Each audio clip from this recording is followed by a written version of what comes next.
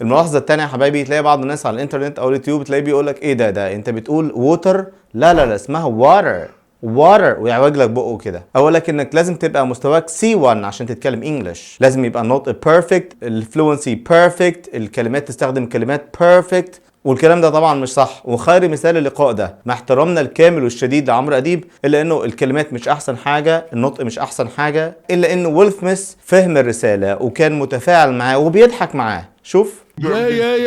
Even a palace here. Okay, yeah. For Mr. Yes. Yeah. This is right. Yeah.